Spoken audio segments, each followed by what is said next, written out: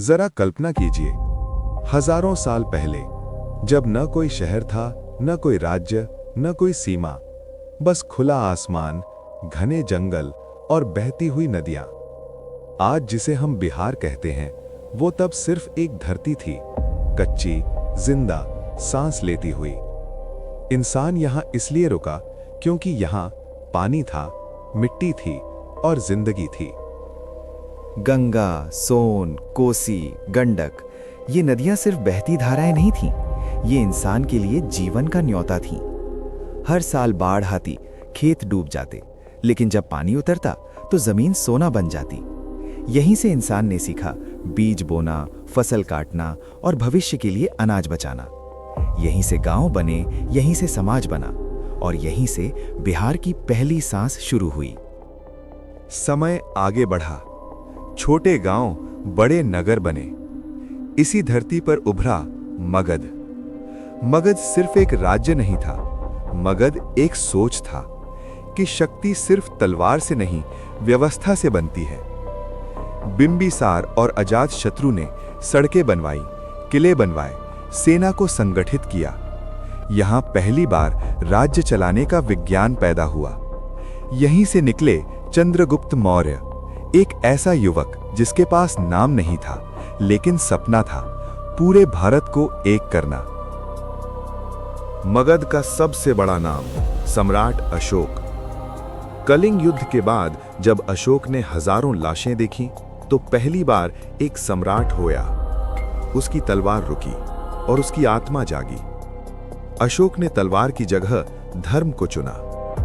बौद्ध धर्म यहीं से दुनिया में फैला। बिहार की मिट्टी अब सिर्फ साम्राज्य नहीं, दया और शांति का केंद्र बन गई। इसी धरती पर एक राजकुमार सब कुछ छोड़कर सत्य की तलाश में निकला। सिद्धार्थ, जो आगे चलकर गौतम बुद्ध बने। बोध गया में पीपल के पेड़ के नीचे उसे ज्ञान मिला। उसी बिहार में महावीर को कैवल्य ज्ञान मिला। ये धरती पहली बार तलवार से हटकर आत्मा की तरफ मुड़ी। आज की दुनिया में लोग सोचते हैं शिक्षा पश्चिम से आई, लेकिन एक समय था जब पूरी दुनिया बिहार आती थी पढ़ने। नालंदा, विक्रमशिला, उदंतपुरी, हजारों छात्र दूर चीन, कोरिया, तिब्बत से। यहां सिर्फ किताबें नहीं पढ़ाई जाती थीं, यहां जीवन सिखाया जाता था। बिहार तब दुनिया का ज्ञान केंद्र था।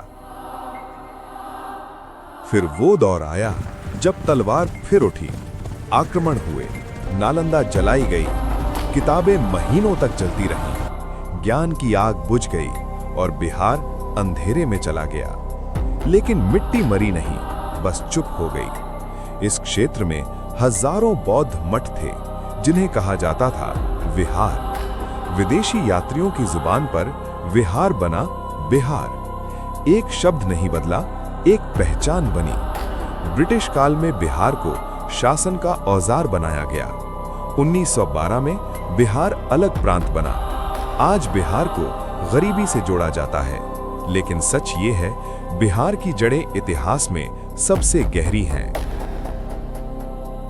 बिहार में एक त्योहार है जो सिर्फ पूजा नहीं, एक तपस्या है। नाम है छठ पूजा। ये दुनिया का शायद इकलौता त्योहार है जहां डूबते हुए सूरज को भी नमन किया जाता है। छठ की जड़ें वैदिक काल तक जाती हैं। ऋग्वेद में सूर्य उपासना का उल्लेख मिलता है। बिहार में ये परंपरा हजारों सालों से नदियों के किनारे जिंदा है। लोक कथाओं के अनुसार रामायण में सीता माता ने अयोध्या लौटने के बाद छठ व्रत किया था। महाभारत में कुंती और कर्ण सूर्य उपासना से जुड़े माने जाते हैं। लेकिन बिहार में छठ सिर्फ कथा नहीं है। छठ एक मां की मन्नत है, एक किसान की प्रार्थना है, एक मजदूर की उम्मीद है। ठंडे पानी में घंटों खड़ी महिलाएं, हाथ में सूप, आंखों में आंसू और होठों पर प्रार्थना, हे सूर्यदेव, हमारे बच्चों को बचा लेना। ये पूजा नहीं, ये संघर्ष की भाषा है। बिहार में मंदिर सिर्फ पत्थर से नहीं बने, बिहार में नदी ही मंदिर है। गंगा घाट, सोन नदी, कोसी के किनारे, गंडक की धार, यहीं बिहार का भगवान बसता है। इसीलिए छठ इसीलिए गंगा स्नान, इसीलिए हर संस्कार नदी से जुड़ा है। बिहार का इंसान नदी से लड़ता भी है और नदी से प्रार्थना भी करता है। मिथिला सिर्फ एक क्षेत्र नहीं, एक भावना है। यही माता सीता की जन्मभूमि है। यहाँ बेटी को लक्ष्मी कहा जाता है। मधुबनी पेंटिंग यहाँ की दीवारों पर नहीं, यहाँ की आत्मा में है। जब बिहार बोलता है तो मिथिला मुस्कुराती है। बिहार की एक सच्चाई है, पलायन।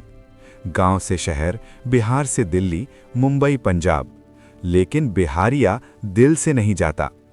छठ पर स्पेशल ट्रेनें चलती हैं।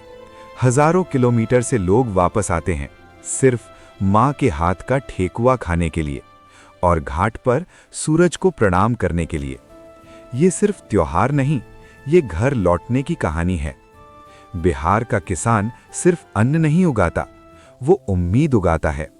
बाढ़ आए या सूखा, वो फिर बोता है, क्योंकि बिहार की मिट्टी हार मानना नहीं जानती। बिहार सिर्फ एक राज्य नहीं, बिहार एक कहानी है, इंसान की, संघर्ष की, ज्ञान की और फिर से उठ खड़े होने की। ये वही धरती है जहां से भारत ने सोचना सीखा, जहां से साम्राज्य बना, जहां से धर्म फैला और जहां आज भी इतिहास सांस ले रहा है।